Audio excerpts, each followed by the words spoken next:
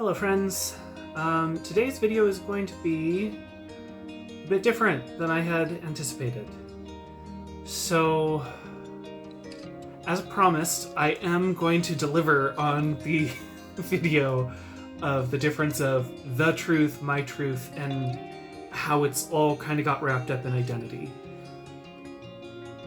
But if you've been paying attention to my channel, you saw the community post where I wasn't able to get things finished or together by the end of last Wednesday, and now I'm filming in the middle of the afternoon the Wednesday after, hoping to get it out at least sometime today. And I've realized that's because there's been a fair amount of opposition to this topic. Not saying that there's anyone in particular, just that there's been life things that have gotten in the way. And so, in addition to just doing the video as normal, I'm also gonna work some magic today to hopefully clear stuff away, because I only have half a script, and I'm going to rely on divine intervention and inspiration to help me get the rest of it in order as we're talking today. That said, welcome to today's video.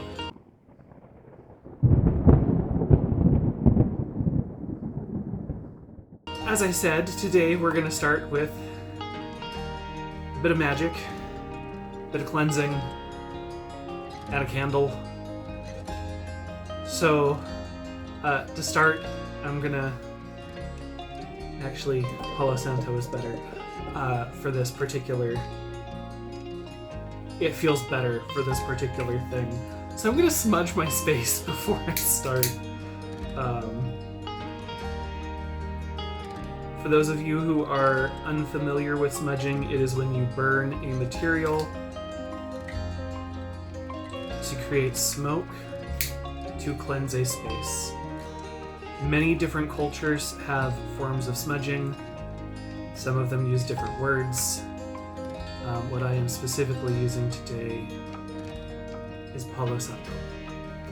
It is a very resinous wood from South America.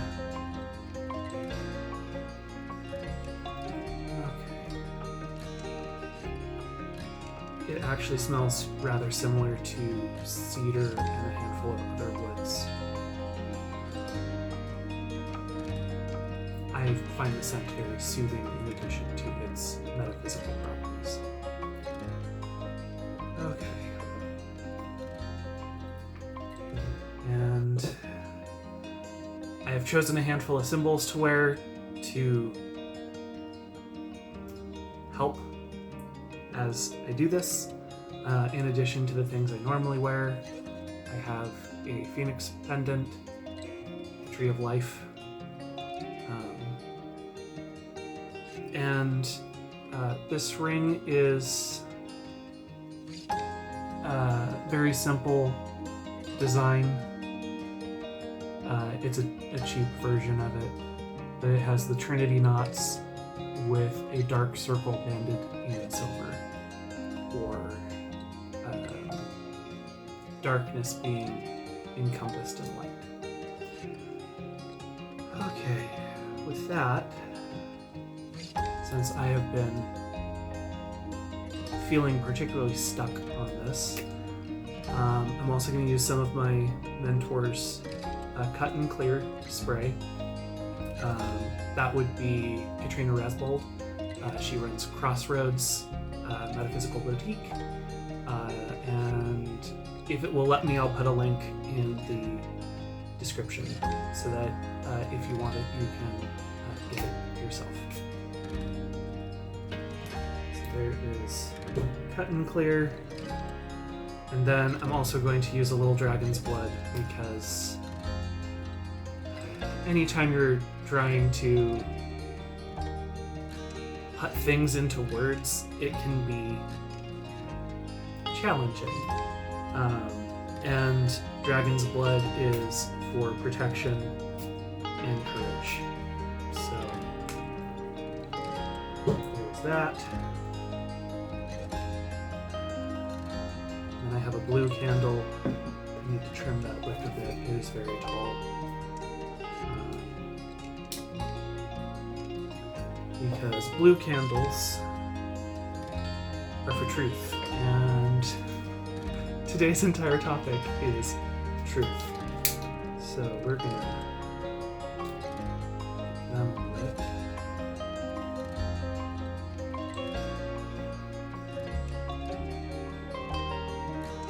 As I dedicate this candle, I dedicate it that the truth of the message may be conveyed to all who see it.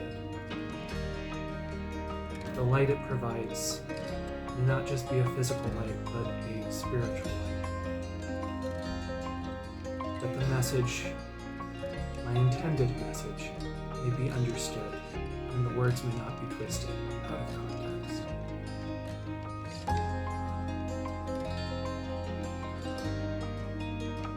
So let it be.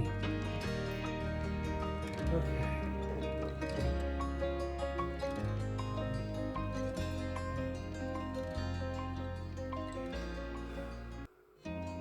Having done those preparations, I'm also not going to do any edits to this. This is going to be what it is. The only edit will be when I inserted the introduction and putting music underneath. I'm not gonna put any. It will be a straight through, is what I'm trying to say. All right. So starting with what I actually wrote, because there's a lot of definitions. There's a lot of quotes that go into this topic on the truth versus my truth versus identity and how they're all jumbled in today's world. So first, I'm beginning with a quote from Matthew McConaughey, of all people. And no, it's not the all right. It's from the, my brain just lost what it's called, commencement speech that he gave to the University of Houston in 2015. And the quote is as follows. I'm going to talk to you about some things I've learned along my journey, most from experience. Some I heard in passing, many I'm still practicing, but all of them true. Yes, they may be truths to me, but don't think that makes them mine, because you can't own a truth. I agree with him on this one. You cannot own a truth. So where did the phrase, my truth, come from?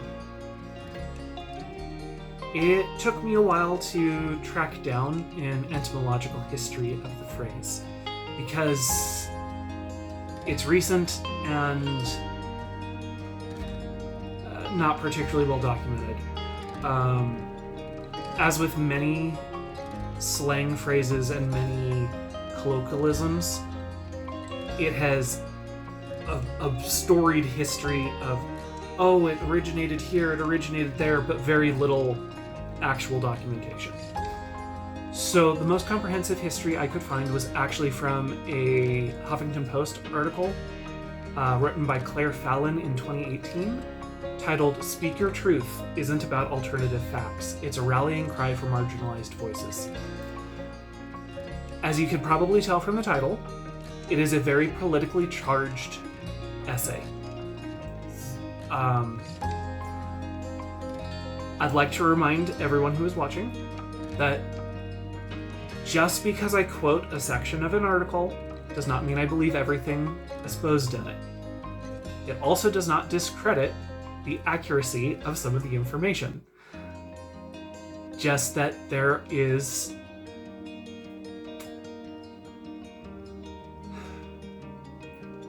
No matter how hard you try to remove bias from sources, you will find it if you look. So bear that in mind. Please accept what I am saying with a bit of grace and a bit of nuance. So, folk healing is full of nuance. Very rarely is it absolute, other than something must change. What must change? Well, that changes in every situation. Folk healing is also full of meeting people where they are and holding space for them, where they are as they exist in that moment.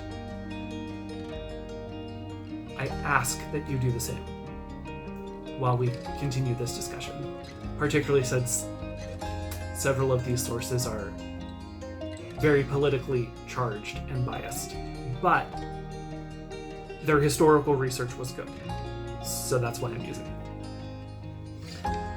So, one of the first insights that they share, or that Claire Fallon shares in her article, is that it's a profoundly American slogan, meaning my truth. Deeply interwoven with our political ideals as well. Yes, our bougie empowerment seminars and self-help books. So, according to Fallon, the earliest record of the phrase comes from a poem turned into a gospel hymn called Desiderata, at least I think that's how it's pronounced, while a variety of churches shared their own folk tales of where the story and where the poem came from. The specific words originated in 1945, written by Max Ehrmann in a poem of the same name. And the specific words are this: "Speak your truth quietly and clearly, and listen to others, even the dull and the ignorant. They too have their story." So within the context of Desiderata, the meaning is clear. Your truth is your experience, or in modern vernacular, your perspective. In today's politically charged and hyper-opinionated cyberspaces, we often lack this context, and as such, the intended meaning has drifted. According to the Urban Dictionary, which, again, I understand Urban Dictionary, take it with a grain of salt. The first definition was as follows: pretentious substitute for non-negotiable personal opinion. While we can argue about the usefulness of the Urban Dictionary, the fact that it's up there means there are people who believe this as the definition. Now seems like an appropriate time to break out my dictionary from 1949. It is sitting behind me over there, but I already looked it up and typed it into the computer. So, truth is defined, according to my 1949 Webster's Dictionary, as that which is true, as a fact, a reality, a verity, the opposite of falsehood. Pretty simple. I think we can all agree with that definition. If not, I'd love to hear your thoughts in the comments. Opinion is defined as the judgment which the mind forms of any proposition, statement, theory, or event, the truth or falsity of which is supported by a degree of evidence that renders it probable, but does not produce absolute knowledge. So, in other words, an opinion are the words that people believe, which may or may not be true. Feelings, which are also a part of this whole topic, as a noun has 6 definitions in my dictionary.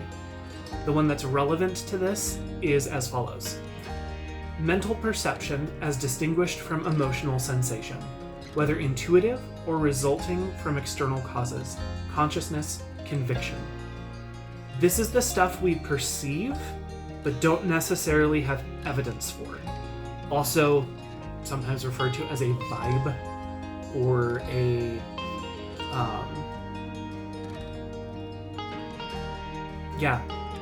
a vibe. It's Something that is a sensation inside of yourself, not necessarily something you can point to evidence to back up. Perspective is odd, at least as the definitions go, because in my dictionary it defines perspective as the following, at least when you remove it from the realm of mathematics. It says, view or vista, as in a perspective of a pleasant glade. To help with this one, I have a comic, which I will put probably on that side, maybe on this side, we'll find out. Where there are two men looking at a symbol on the ground. They're arguing in circles because one of them is standing at one end and one of them is standing at the other. Is it a 6 or is it a 9? With just that information, you're never going to find an answer because they're both right and they're both wrong from that perspective. But that's an incomplete metaphor. That's an incomplete perspective. What is the surrounding context of that symbol on the ground? Is it inside a parking lot? Are there other numbers next to it to show which orientation is up and which is down? Is it even supposed to be a number? Is it part of a bigger picture? So I found an updated version which brings that context into this and asks several of these questions. Who painted it? Can you go ask the person? Because they know what they intended to say with the symbol. So, as we can see, all of these terms, truth, my truth, fact, opinion, perspective, feeling, they're all wrapped up in this. And they're also all wrapped up in identity now. How did we get there? Why did my truth or my perspective get attached to identity? Why did my opinion get attached to identity? So as I mentioned before, they've all gotten tangled up. As I was discussing this topic with my brother, he had this to share. I understand the internal conflict of most great men in literature when they come to an understanding of the world they live in, and they must choose whether to defend it because it is right, or let it burn because the world is wrong. It is no longer to pull your sword to defend what lies behind you for the love of it, nor to draw your sword in hatred of what lies ahead, for the reality or the truth thereof is often more complicated. I agree with him. And I'm going to explain why.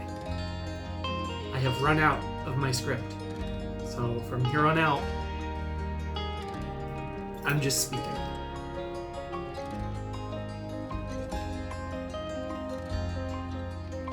When we define ourselves by our experiences,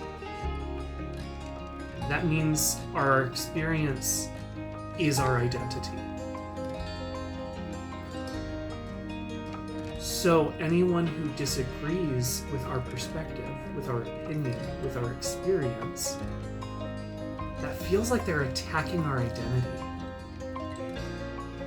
Like they're attacking the core of us. I include myself in this because I also do this. We see it a lot online, in particularly activist spaces. An example that comes to mind because in my research, the term "my truth" got really embedded into the Me Too movement.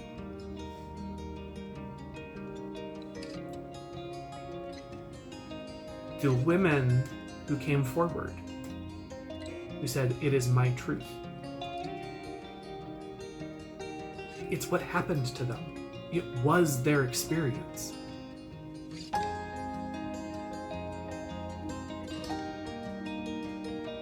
But simultaneously, there has to be a burden of proof. Otherwise, anyone can claim anything.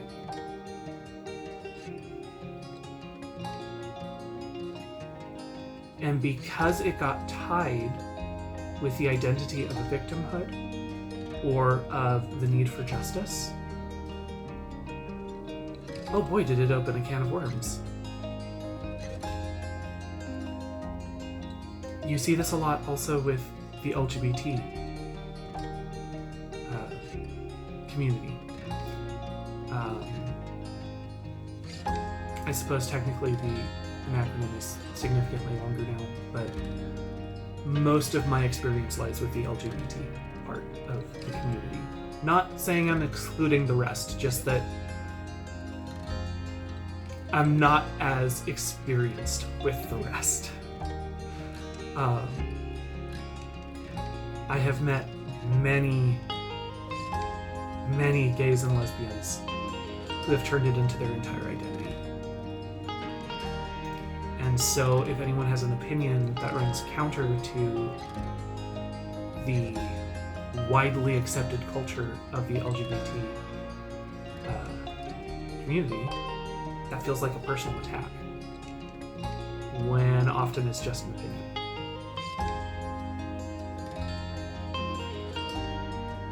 As a folk healer, this is where things start getting really complicated, and this is where it becomes very difficult. Because one of the hardest things to do as a folk healer is to take a step back and hold space for the person in front. As my teacher Katrina said many times, you have to keep your ego out of it. As soon as your ego gets involved in your folk healing, in your attempt to help someone else, as soon as you say, I did this, or I would do that, you're no longer holding space for the other person. Because you're thinking about me. You're thinking about yourself. This is one of the hardest things in folk healing.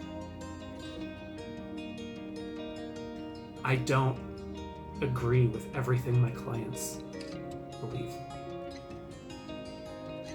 It's not my job to tell them they're wrong. It's my job to hold space and to help them come to a decision on what they would like to do. How do they want to resolve the problem?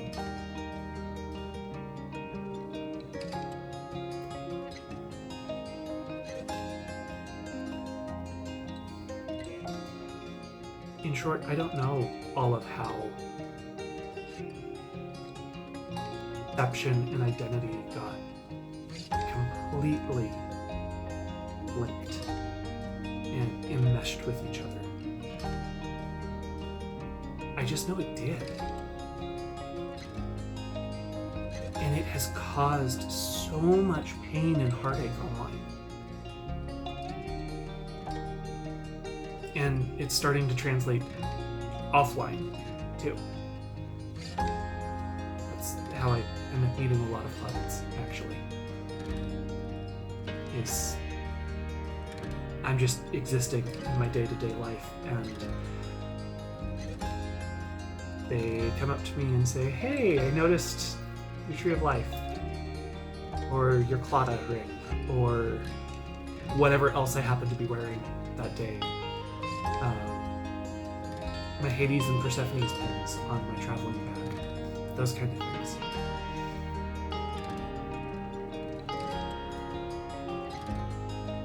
And then we end up with the decisions of, okay, tell me about what's going on. How can I help you? Why did you come to me? Alright, let's see what we can do.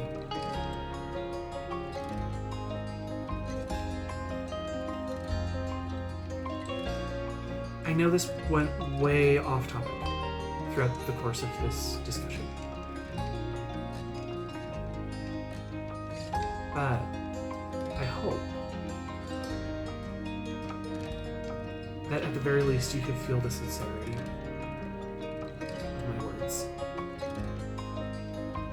That the truth can reach you through this. Because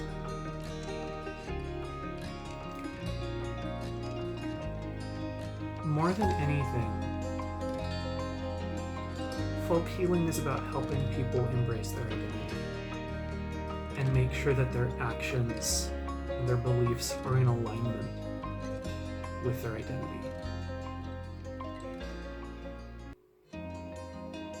And identities change based on our experiences. Actually, now that I say that, I guess that's how it all got mixed up. Our identities change as we experience more things. And our identities change radically when we experience trauma. Because it forever changes how we respond.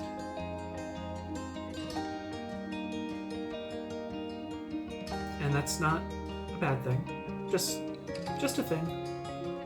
Part of mortality, part of this life. But I'm at the point where I'm just rambling. So, any questions, put them down in the comments, and I will do my best to answer them. I'm only mortal, as we all see. And until next time, walk in the light, my friends.